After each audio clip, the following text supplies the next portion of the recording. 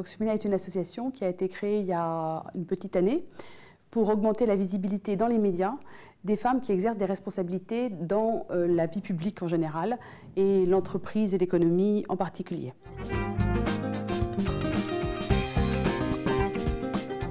Le déclic, c'était la présentation de l'étude sur l'image des femmes dans les médias qui a été réalisée en 2008 et qui montre de façon à la fois qualitative et quantitative que l'image publique des femmes reste extrêmement marquée par des stéréotypes traditionnels. Et en particulier, le ratio qui est vraiment, moi, qui m'a vraiment frappé mon imagination et qui m'a donné l'idée de créer Vox Femina, c'est le temps de parole lorsqu'on interroge des experts. À la radio, quand on interroge un expert, il y a 1 minute 35 de parole féminine pour 25 minutes de parole masculine. Et là, je me suis dit, ça ne correspond pas à la réalité. Et j'ai eu envie de faire quelque chose pour faire bouger un peu les lignes sur cette question de la visibilité. Je ne pense pas que ce soit elle qui ait besoin d'être présente dans les médias, mais c'est surtout que la société dans son ensemble a besoin de porter sur elle un regard pour reconnaître qu'elles existent.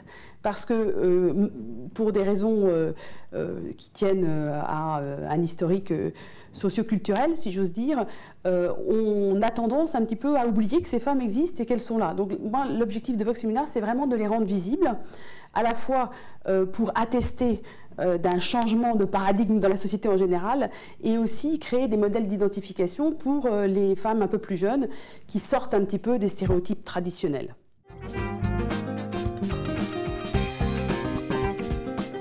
On a choisi évidemment de démarrer et de concentrer nos efforts sur Internet, qui est la partie de la sphère médiatique, si j'ose dire, la plus accessible. Donc on a incarné Vox Femina à travers une plateforme collaborative, Web 2.0, sur laquelle nos adhérentes publient leur biographie avec des mots-clés, de sorte que les internautes peuvent sortir à travers le moteur de recherche qui est sur la plateforme les profils qui les intéressent. Cette visibilité, elle est relayée ensuite à travers, on a bien sûr une page sur Facebook, on a un compte sur Twitter, on a une page sur LinkedIn, donc elle est relayée sur la toile à travers les réseaux sociaux. Et puis maintenant, nous avons commencé depuis quelques mois, nous sommes en train de mettre en place des partenariats avec des web médias.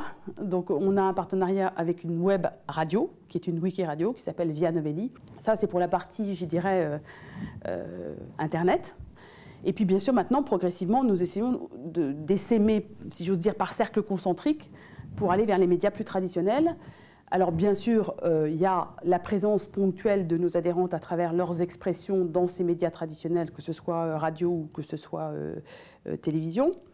Et puis, il y a un travail que nous faisons de fond auprès des journalistes pour faire connaître à la fois l'association, de façon, si j'ose dire, institutionnelle, et puis aussi nos expertes, pour produire des rencontres entre nos expertes et les journalistes, de façon, encore une fois, à être dans notre objectif qui est de produire de la visibilité.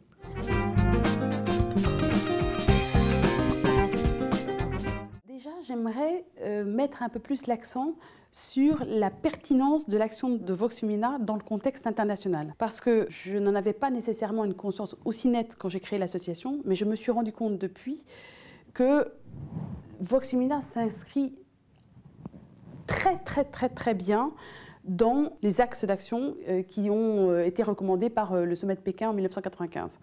Donc vraiment là, on a un axe d'action pour influer sur l'égalité homme-femme qui est reconnue internationalement par des organisations comme les Nations Unies. Il y aura des ateliers de média coaching parce que l'année dernière, on a constaté qu'il y avait une énorme demande pour du média coaching de la part des femmes. Et nous allons réitérer cette année ce que nous avons fait l'année dernière, c'est-à-dire une présence de Vox Femina dans le cadre du programme Women in Media du Women's Forum.